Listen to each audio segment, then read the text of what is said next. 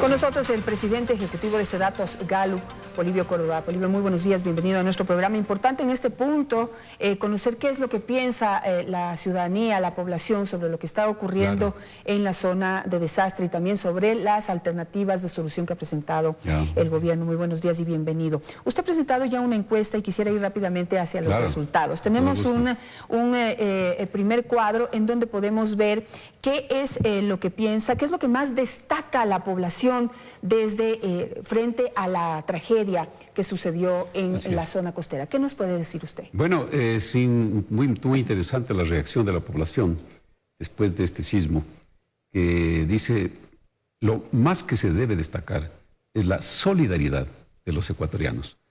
Algo que vino a despertar realmente el espíritu real que tiene la población para poder estar cerca de quienes han tenido este problema. Y claro, entre la solidaridad de los ciudadanos también destaca en general, por ejemplo, la labor de los rescatistas, ¿no? El papel que pues desempeñaron los socorristas, como le digo, los bomberos, que se convirtieron en verdaderos héroes, ¿no? de este triste episodio. También pues estuvieron cerca las Fuerzas Armadas y la policía. Luego destaca pues a los medios de comunicación, a los municipios. Los municipios tanto de Quito como de Guayaquil y de todo el país, que fueron los que aglutinaron realmente todo ese afán de la población de estar cerca de los damnificados. Claro, importante, y a producción a ver si le pedimos que sería importante rodar imágenes de lo que causó esta reacción de la gente, ¿no? Ver precisamente toda la sociedad civil moviéndose en pleno para poder ir y colaborar con la zona de desastre. Así que si vamos rodando imágenes mientras vamos hablando. Por ejemplo, aquí se ve la labor de los diferentes grupos sociales, las fundaciones. Cabe destacar, por ejemplo, el gran papel que desempeñaron los clubes de leones en todo el país. 300 toneladas que despacharon a todos los lugares, de sus brigadas médicas. Entonces eso, pues, y los jóvenes.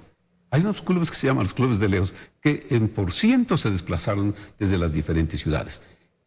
Como digo, era tan interesante ver las cadenas que conformaban los ciudadanos a lo largo de las avenidas. Muy motivantes, ¿no? Muy motivantes. Le digo, es algo como que dice, qué gusto de ser ecuatoriano, decía la gente, y saber poder ayudar en el momento menos pensado.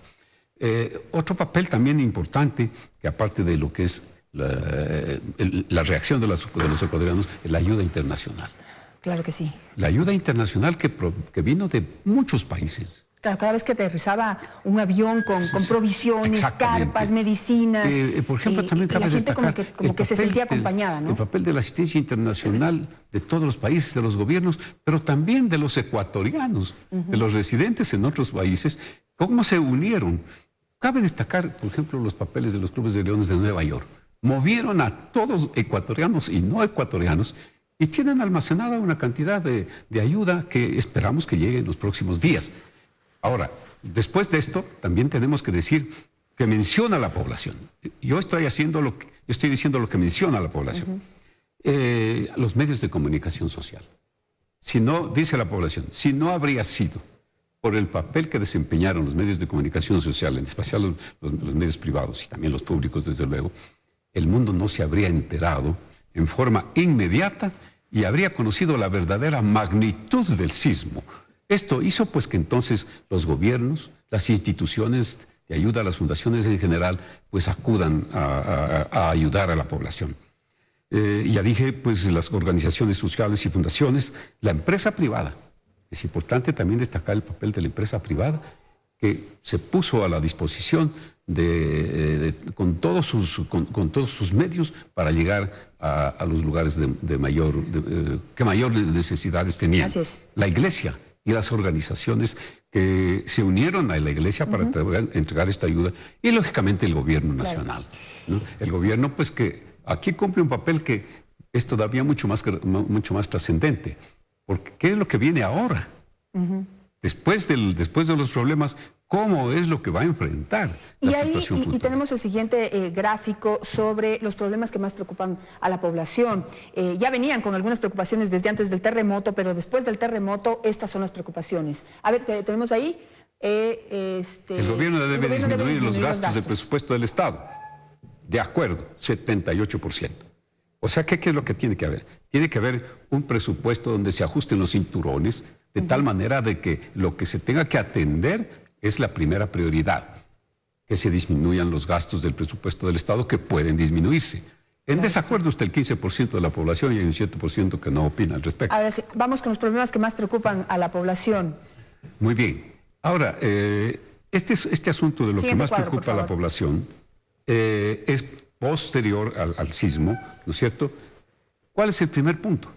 El punto que más preocupa a la población es la crisis económica. La crisis económica, el desempleo, el endeudamiento público, pero también el endeudamiento privado, la situación de los hogares, ¿no? El incremento de impuestos, la pobreza y los precios altos. Estos problemas suman el 49% de las preocupaciones de los ecuatorianos. Pero inmediatamente está entonces algo nuevo, algo que surgió como inesperado, pues desde luego, el terremoto y sus consecuencias, las pérdidas, el costo que significa la reconstrucción, los damnificados en general y lo que tiene que hacerse para que esta Manta, Portoviejo, Muisne, Pedernales, claro, pues nuevamente surjan. 30% de la población tiene esa preocupación. 30% dice. Luego viene el problema de la delincuencia y de la inseguridad, que siguen siendo la gran preocupación, el 12%. La mala administración del gobierno, dicen, la corrupción, el 4%. La deficiencia en el servicio de salud, educación y vivienda, que se observa, 3%. Y otras catástrofes naturales que también se han dado en los últimos meses. Pero ya en menor proporción, ¿no? Que vienen Vamos por tiempo con el siguiente cuadro. ¿Qué piensa la población sobre la propuesta de incrementar el IVA? Esto es interesante, cómo la población inmediatamente analiza hasta qué punto conviene o no conviene pues, de que se den tales medidas. Por ejemplo, el incremento del IVA del 12 al 14%, aprueba un 33% y desaprueba el 67%. En esto tenemos que dar el dato correcto. Aprueba el incremento del IVA el 33% y desaprueba el 67%. La mayoría desaprueba. Las dos terceras partes no está de acuerdo con este incremento. Yo creo que esa es la razón incluso para que la Asamblea esté tomando en cuenta esta reacción de la población para que no sea el 2% o el 1% el incremento del IVA, sino que se busquen... No quieren que se incremente el IVA, no lo ven como una alternativa para solucionar ni la crisis en la zona de desastre ni tampoco a nivel general la crisis económica. Vamos con la venta de activos del Estado. Ahora, en lo que se refiere a la venta de activos del Estado, claro, la población dice, si el gobierno puede tener otra opción de obtener ingresos, búsquela de esa forma. Una de las formas que el mismo gobierno ha planteado, que es la venta de los activos del Estado, que aprueba el 61% de la población y desaprueba el 39%.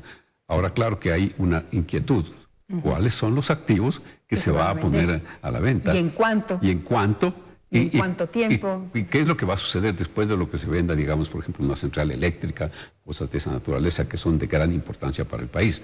Entonces, eso también la población tiene mucho cuidado en mencionar esta aprobación, porque dice, bueno, todo depende de cuáles son los activos que se van a vender. Y claro, y de ese 78% que dice que quiere que el Estado o el gobierno baje los gastos corrientes, claro, el gasto público. Es decir, baje el gasto público y venda los activos del Estado. Resulta que esa es la medida más aprobada por la población, que haya una reestructuración del presupuesto capaz de que aquello que pueda quitarse para este año, que no va a causar inconveniente en el desenvolvimiento del país, pues que se reduzcan de esa naturaleza. Y tenemos un último cuadro, trabajo de reconstrucción. ¿Con quién debería trabajar el gobierno? ¿Solo, dirigiendo todo o con quién?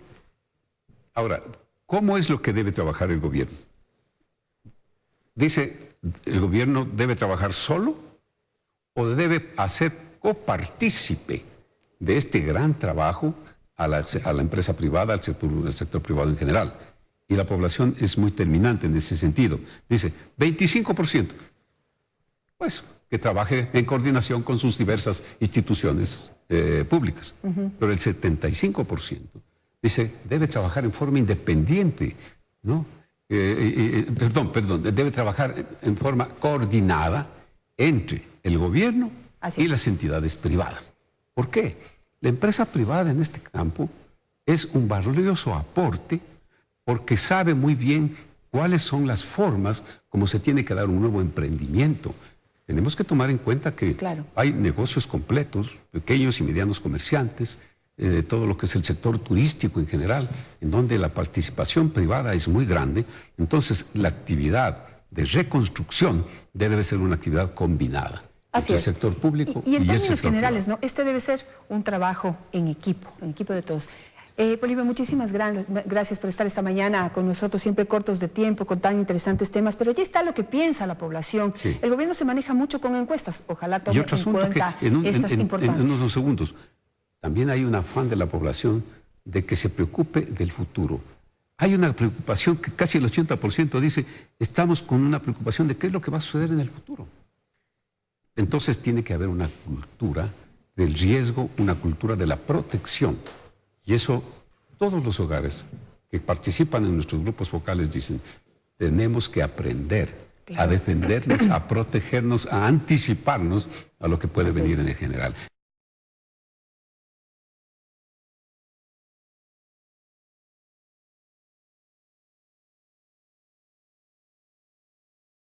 Una encuesta realizada por Cedatos Gallup revela que los problemas que más preocupan a los ecuatorianos luego del terremoto del 16 de abril son el desempleo, el endeudamiento, la pobreza, los impuestos y precios altos. Y lo que más se destaca es la solidaridad. Veamos. Luego del terremoto del pasado 16 de abril, el Centro de Estudios y Datos Cedatos consultó a los ecuatorianos sobre cuáles son los problemas que más preocupan. Al 49% le inquieta la crisis económica, al 30% el terremoto y sus consecuencias, al 12% la delincuencia e inseguridad, al resto otros problemas. ¿Y crisis económica? ¿Qué quieren decir? Es el desempleo, el endeudamiento, tanto público como de las personas. Que ellos hablan no es solamente el endeudamiento del gobierno, sino también el endeudamiento de las personas. Sobre las medidas económicas propuestas por el gobierno para poder enfrentar los efectos del terremoto, se les preguntó, ¿usted aprueba o no las siguientes medidas económicas tomadas por el gobierno? Una de ellas, el incremento del IVA del 12% al 14%. El 67% lo desaprueba. El 33% lo aprueba. Más de las 2/3 partes de la población no consideró que era la medida propicia, la medida que iba a ayudar a superar el problema de escasez de recursos para solventar los problemas del sismo. Otra de las interrogantes. ¿Usted está de acuerdo que para financiar la reconstrucción de las zonas afectadas y ayudar a los damnificados del terremoto, el gobierno disminuya los gastos del presupuesto del Estado? El 78% está de acuerdo que el gobierno disminuya los gastos del presupuesto del Estado. El 15% está en desacuerdo. El 7% no sabe. Cedatos Gallup realizó la encuesta a 1.626 personas de Sierra, Costa y Amazonía en las áreas urbanas y rurales.